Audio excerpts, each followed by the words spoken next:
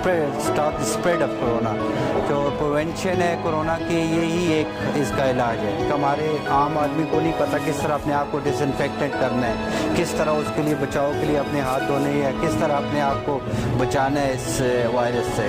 तो इसमें chlorine use की गई है, जो is a very good disinfectant. और जब आम आदमी या एक पेशेंट, लेट्स से एक पेशेंट या आम आदमी इस गेट से गुजरेगा और क्लोरीन का स्प्रे लेगा तो वो ऑटोमेटिकली डिसइंफेक्ट हो जाएगा और फर्दर स्प्रेड नहीं करेगा इसको।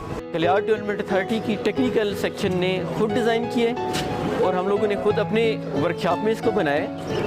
और ये हम DHQ के अलावा कॉम्प्लेक्स और दूसरे जो बड़े हॉस्पिटल्स हैं एबटाबाद के, वहाँ पे भी हम लोग लगा के देंगे।